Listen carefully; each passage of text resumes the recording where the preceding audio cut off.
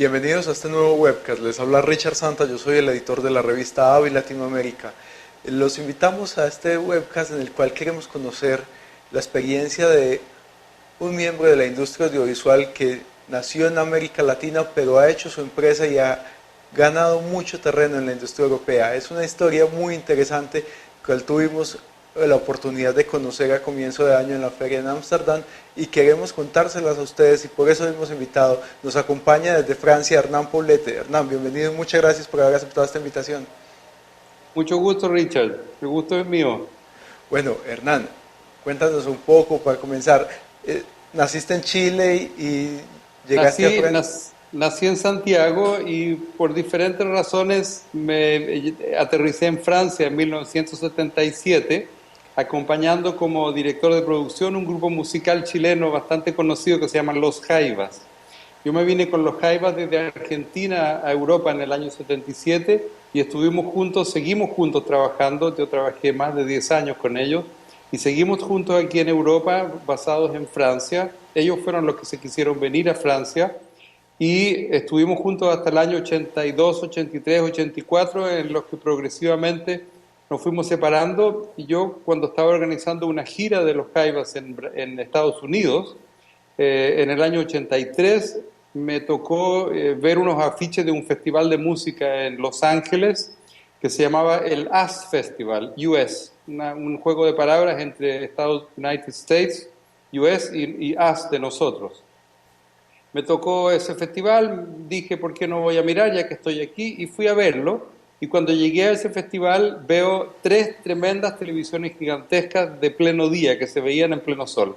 Nunca en mi vida yo había visto eso, me quedé totalmente alucinado, quedé totalmente, yo diría, trastornado por la tecnología. Y de ahí me puse a tratar de seguirla, a tratar de ver los orígenes, quién fabricaba, y lentamente ese fue el origen de la supervisión. La anécdota simpática es que ese festival fue una producción de un señor que se llama Steven Wozniak, que era el otro Steven de Apple, que en el año 82 estaba con mucho dinero porque en ese tiempo ya Apple era un negocio bueno y le había dado las ganas de hacer un festival de música pop, un Woodstock un poco, ¿eh? Y lo hizo muy bien en el 82 y después lo hizo nuevamente en el 83. Y yo puedo decir un poquitito que gracias a que él hizo ese festival que yo logré tener mi segunda profesión. Después de haber sido empresario artístico, empecé el audiovisual. Y así fue como en el 84, una empresa inglesa muy famosa de marketing deportivo y la gran Mitsubishi japonesa me dieron el derecho oficial de representar los equipos Mitsubishi Diamond Vision, que se llamaban en ese tiempo, que eran los únicos equipos móviles de pantalla gigante video pleno día que existían en el mundo en ese tiempo. De hecho, por eso es que el americano los hizo llegar hasta Los Ángeles, porque no habían en otro lugar. Porque, Hernán, antes de seguir ya con la historia y con el inicio de la compañía de Supervision, quisiera remontarme un poco a tu comienzo en esa banda. ¿Estabas vinculado en qué sentido en la banda? ¿Ya tenías interés en la industria audiovisual? Yo tuve mis primeros encuentros con la imagen cuando era muy niño por mi papá, que me enseñó la fotografía. Y a mí me fascinaba mucho la proyección. Yo en mi calle en Santiago, con mis amigos del barrio, era el encargado de las proyecciones de cine de 8, 16 milímetros y de diapositivas, las Ektachrome. Pasábamos tardes enteras mirando las Ektachrome de las vacaciones y eso, y me gustaba mucho la luz y la imagen. Y de hecho con los Jaivas empecé como iluminador. Tuve mi trabajo de iluminador paralelamente al trabajo de empresarial durante mis casi 10 años con ellos. Entonces cuando decidí abrir mi camino y empezar una vida más propia, evidentemente el audiovisual fue el que más me llamó. Además, en los años 80, 81, 82, había producido un video en Machu Picchu con los Jaivas, yo, las alturas de Machu Picchu, que lo hicimos en las ruinas mismas de la ciudadela de Machu Picchu, y ahí tuve un contacto ya más cercano con la venta de audiovisual, con la producción audiovisual. Entonces, cuando empecé a buscar mi propio camino, el audiovisual me llamó y coincidentemente, cuando llego a este festival en Los Ángeles y veo las pantallas gigantes video, se me juntó, se me juntó todo, se me juntó la pista que ya me estaba llamando, que era el audiovisual, y la proyección video gigante que me interesó mucho, y así fue como empecé en el asunto del audiovisual, así fue como nació la Supervisión Francia en el año 84. Correcto, bueno, ya nos contabas que empezó con asumiendo la distribución de Mitsubishi, de las pantallas de Mitsubishi, y de ahí Exacto. cómo siguió, cuál fueron los pasos que Bueno, recuerdas los mira, primeros años. en ese tiempo éramos absolutamente pioneros y no había más equipo en Europa. Hasta el año 85 las Mitsubishi eran las únicas pantallas y lentamente hubieron dos, tres pantallas más, pero para que tengas una idea de cómo eran de escasos esos equipos en esos años 80, en el año 1992 yo hice los Juegos Olímpicos de Albertville, en Francia, los Juegos Olímpicos de invierno, mis primeros Juegos Olímpicos de la historia mía y de la supervisión. Y en esos Juegos Olímpicos yo reuní 11 pantallas gigantes pleno día, y esas 11 pantallas gigantes era todo el equipo existente en Europa de pantallas pleno día. No había ninguna otra pantalla más. En ese tiempo la tecnología era muy cara. Los únicos que tenían las espaldas sólidas para producir esa tecnología eran los grandes del audiovisual internacional, Panasonic, Mitsubishi, Sony, eran los únicos que tenían la capacidad de producir.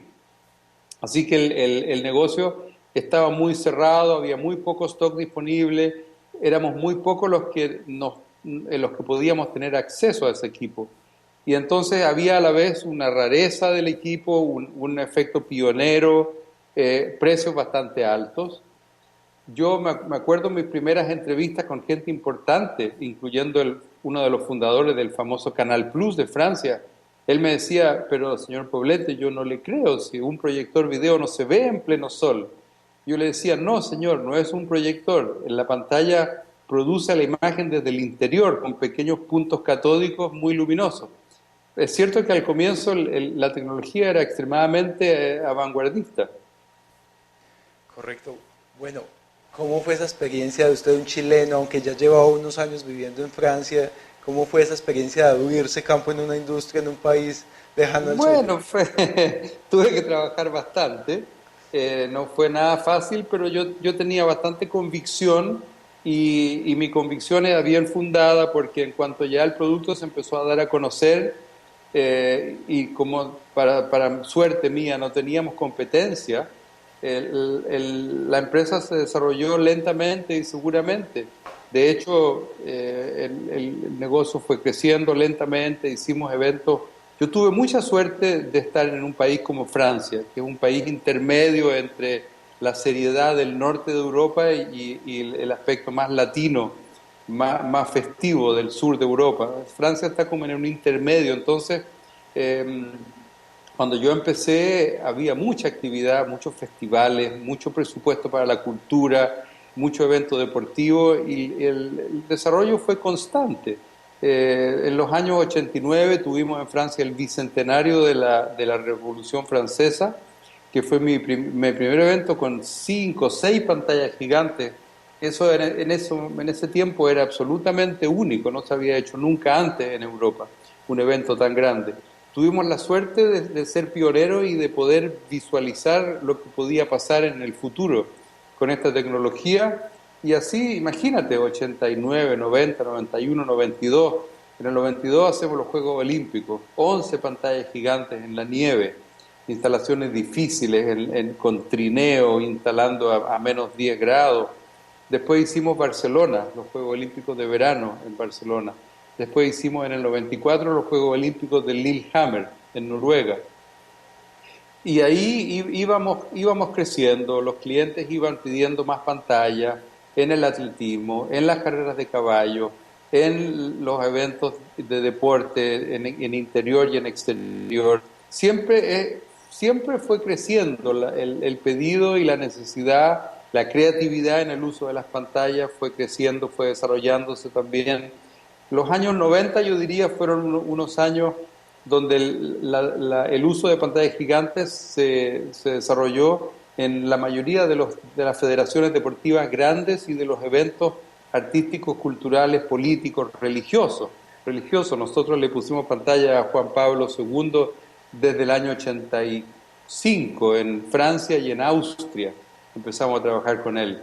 Campañas de elecciones políticas, todo tipo de eventos. Hasta el fin de los años 90, cuando al llegar a los años 2000 aparece la tecnología del LED, y ahí empieza una segunda etapa en que los precios bajan, el peso se aliviana.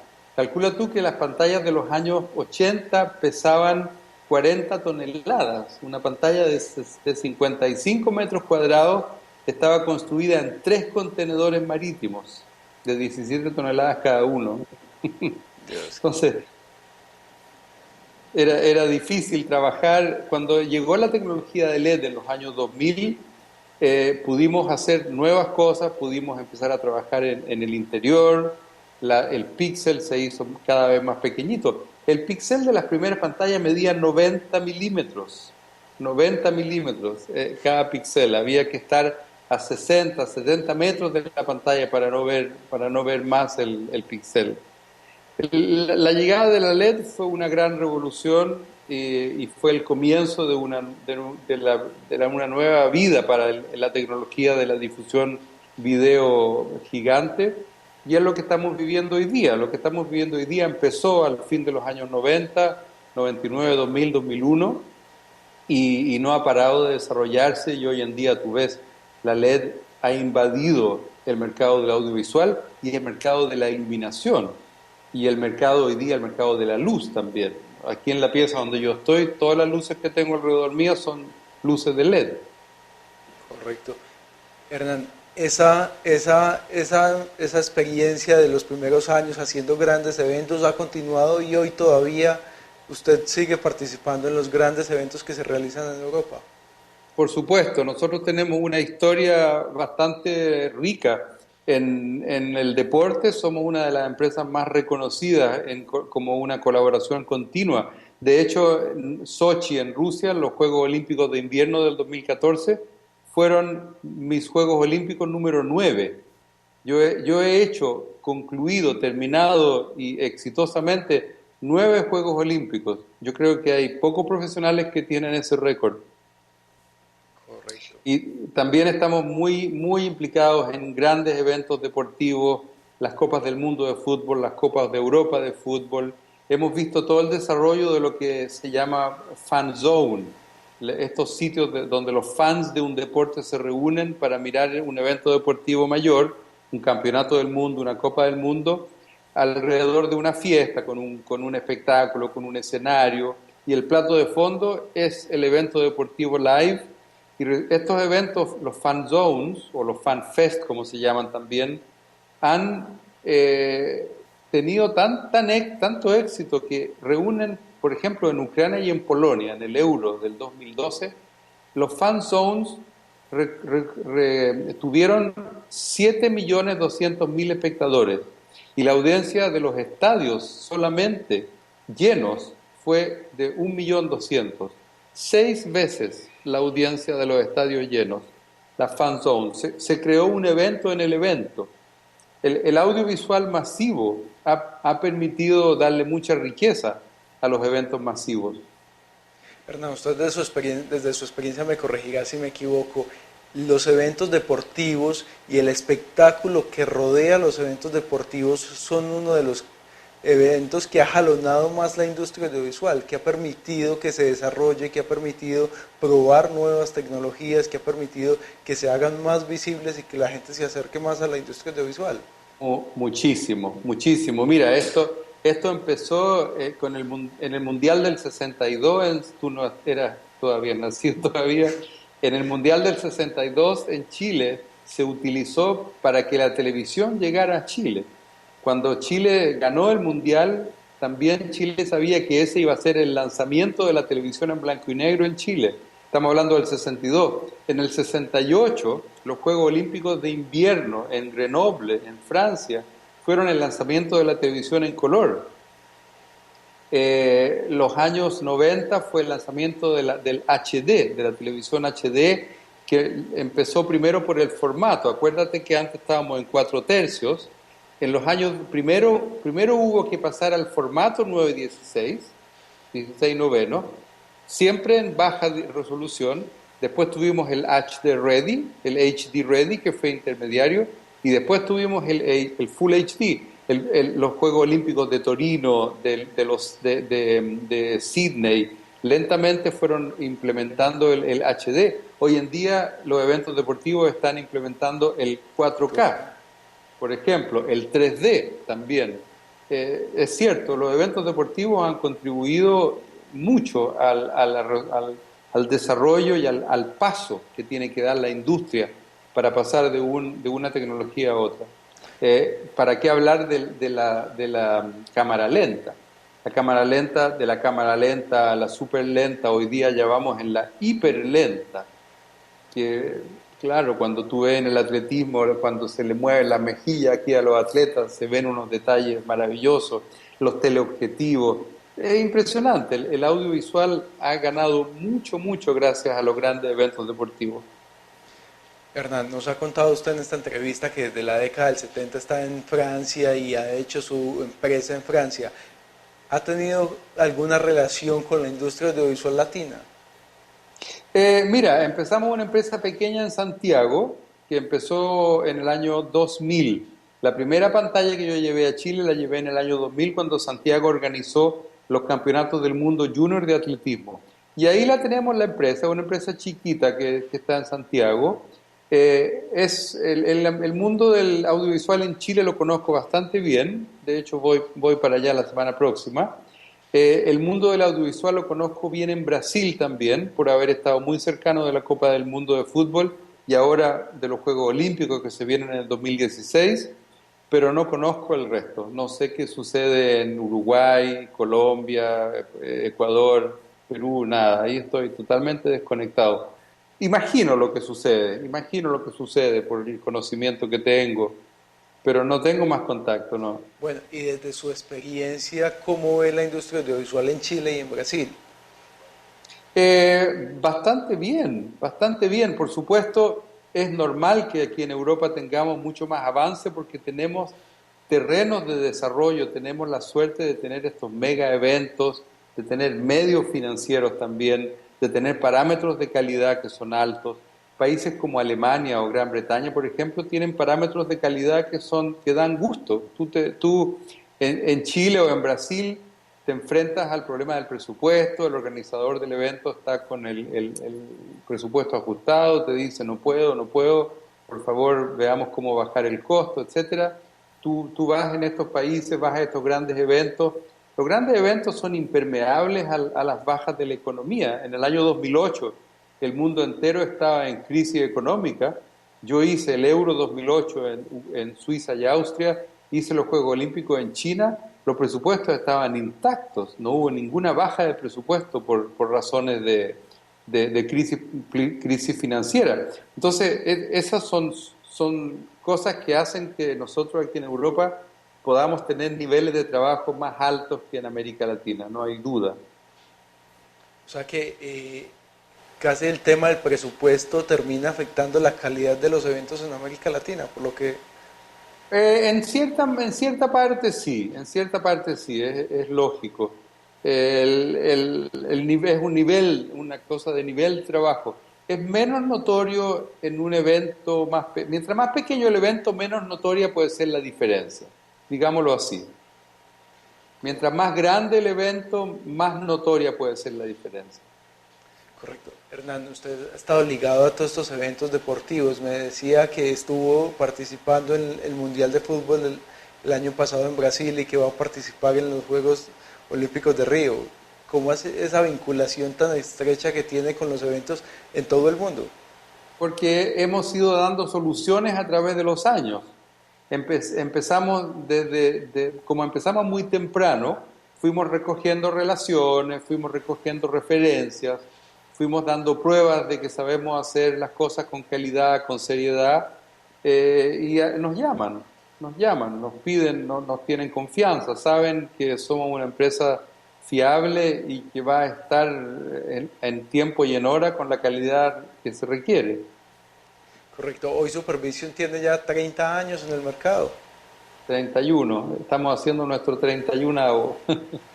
Qué bien. ¿Y cuántos empleados tiene la empresa? Cuéntenos un poco de la Mira, estructura de la empresa. yo diría que tengo tres categorías de gente a mi alrededor. Tengo mi personal fijo, que somos 15 hoy en día. Tengo mi personal flotante fijo, que son gente de mucha lealtad, que el hecho de que tenemos temporada nosotros de verano, de eventos de invierno, me hace que no los puedo guardar a lo largo del año. Esos son una serie de profesionales que llevan conmigo ya muchísimos años, algunos de ellos llevan 20, 25 años conmigo y nos acompañan en todas las grandes ocasiones y en todas las ocasiones cuando se necesita. Prácticamente trabajan solamente para supervisión y hacen cosas pequeñas, pero siempre me dan prioridad. Esa es la segunda categoría, esos deben ser unas 20 personas, que son personas de alto vuelo, la gran mayoría, son todos grandes profesionales, me han ayudado a realizar cosas grandiosas. Nosotros hemos realizado proyectos grandes, grandes, de los proyectos más grandes del mundo, yo en el audiovisual de mega eventos. No comparemos con una conferencia en un hotel, no comparemos con un programa de televisión en un estudio. Yo te estoy hablando de eventos con 50, 100, 200, 500 mil personas. Nosotros en el año 2000 en Roma, por ejemplo, para el jubileo de Roma y el evento de las Jornadas Mundiales de la Juventud con Juan Pablo II, tuvimos 1,5 millones de espectadores. Esos son eventos grandísimos. Entonces, todas esas cosas le han forjado a Supervisión una reputación de fiabilidad y de calidad. Correcto. Bueno, Hernán, ya para terminar, quisiera que me contara un poco sobre todo, con todo este recorrido que usted tiene dentro de la industria audiovisual, que vio nacer las pantallas, las primeras pantallas, y ha visto todo el desarrollo, ¿hacia dónde vamos? ¿Qué podemos esperar de la industria audiovisual?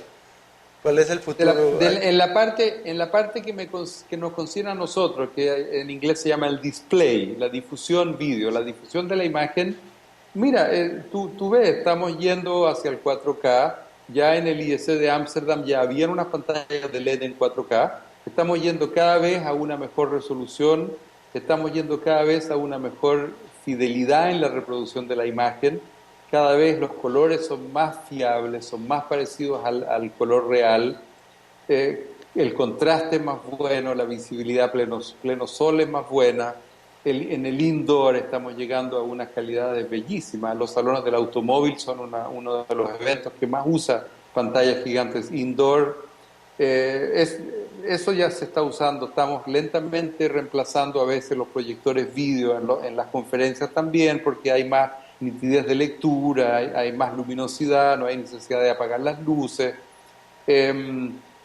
La proyección sigue teniendo su rol y está muy bien que lo tenga, no deberíamos nunca reemplazar al cine, la belleza y la magia del cine ojalá que nunca la reemplacemos porque es otra cosa, es como leer un libro en papel en vez de leerlo en un computador. Ojalá que la proyección de cine siga siendo la proyección de cine y nunca le perdamos la magia y la mística que tiene. Después tenemos variantes, el 3D por ejemplo también está saliendo y permite hacer cosas sumamente simpáticas e interesantes. La proyección video en las conferencias es súper útil. Hoy en día en cualquier sala de conferencias de una empresa chica te tienen un pequeño proyector. Recuerda que hace 20 años atrás tener un proyector video era un lujo. Es, es evidente que estamos cada vez yendo a más uso de la comunicación audiovisual, a pequeña escala, a mediana escala, a gran escala. Eso es algo obvio. La pantalla se está cada vez más fusionando entre el teléfono portable, la pantalla del reloj hoy en día, la pantalla de la tablet Samsung, iPad, la variedad de pantallas de televisión que hay en la casa. Recuerda, hace 20 años todavía teníamos el televisor Sony, Panasonic, gordo de 60 centímetros de espesor, con el tubo catódico, etcétera. Hoy en día la variedad que hay de televisores son verdaderos cuadros de decoración. Hay una evolución tremenda y todo eso necesita producción de imagen. Y eso es una tremenda industria hoy en día. Hoy en día se comunica por audiovisual. Un estudiante desde su casa te hace un PowerPoint y te presenta un trabajo para el colegio con un pequeño audiovisual. Correcto. Hernán, muchas gracias por haber aceptado esta invitación, por haber compartido con todos los seguidores de AVI Latinoamérica sus experiencias en Europa y Déjame decirte que les tengo la puerta abierta a todos los latinoamericanos que nos quieran contactar. El sitio web www.supervision.fr, FR de Francia, está abierto, tiene una página de contacto, que nos escriban si quieren saber algo, si quieren conversar, si quieren cuando venir a Francia, quieren venirnos a ver, quieren ir a ver alguna instalación. Bienvenidos sean todos. muchas gracias, Hernán. Y a ustedes muchas gracias por habernos acompañado en esta entrevista. Nos vemos más adelante en una nuevo webcast de la revista AVI Latinoamérica.